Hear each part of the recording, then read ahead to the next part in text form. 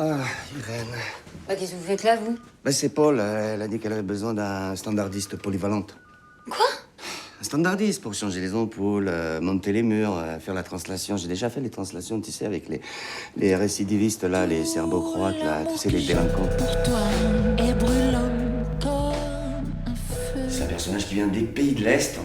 Donc,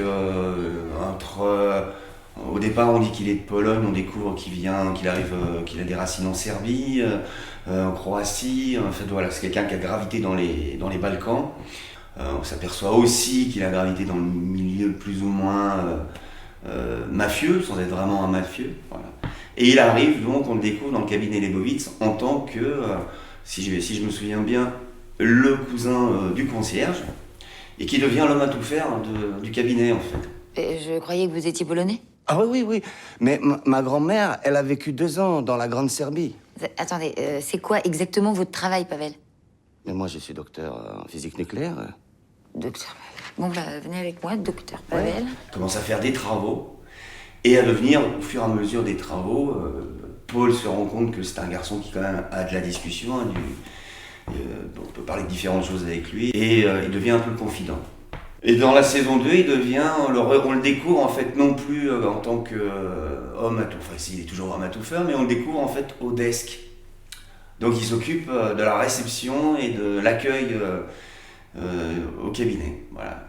Téléphone, clientèle, etc., etc. Pavel, elle fait quoi aujourd'hui, Irène? Bah, comment je sais, moi? Bah, c'est vous qui prenez nos rendez-vous, Pavel. Ah oui. Permettez? Merci. Génial, elle a des rendez-vous à l'extérieur. Parfait. Oui. Alors, vous appelez Blanche Labastide, d'accord? Et vous la convoquez ici le plus rapidement possible, voilà.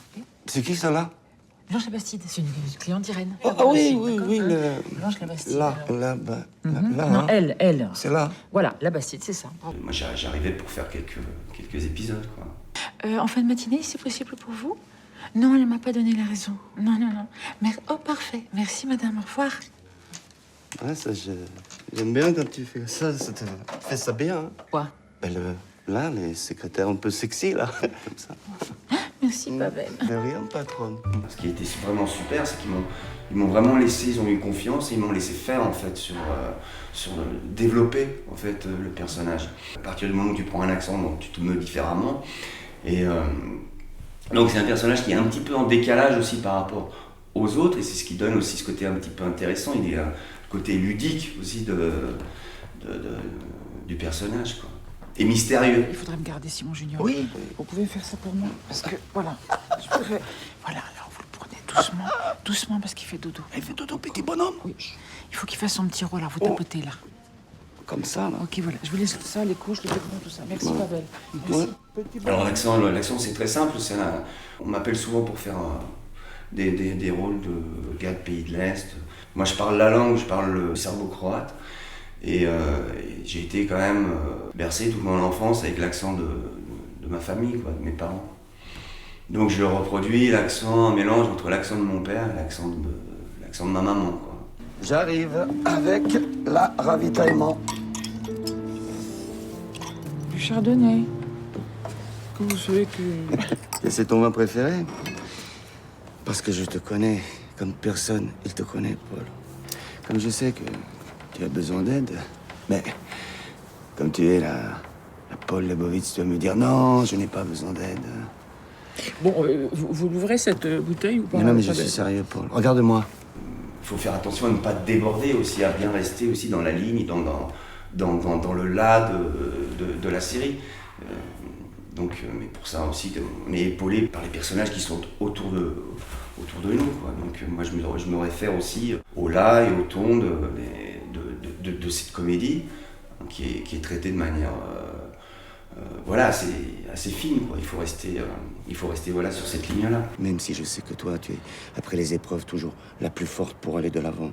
Et tu peux aussi t'écraser sur le mur du béton. Allez, viens là, viens. Viens faire la câlin.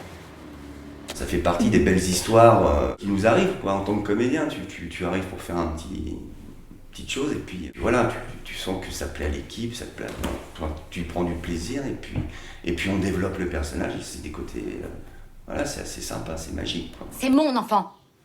Oui, Mais c'est pas une question, elle s'est attachée à lui et toi tu le réponds d'un seul coup comme si de rien elle s'était passé, hein. Et alors, qu'est-ce que vous voulez que je fasse? Je sais pas. Lui parler, prendre soin d'elle, lui dire merci. Les rapports de l'humain, hein, c'est pas compliqué.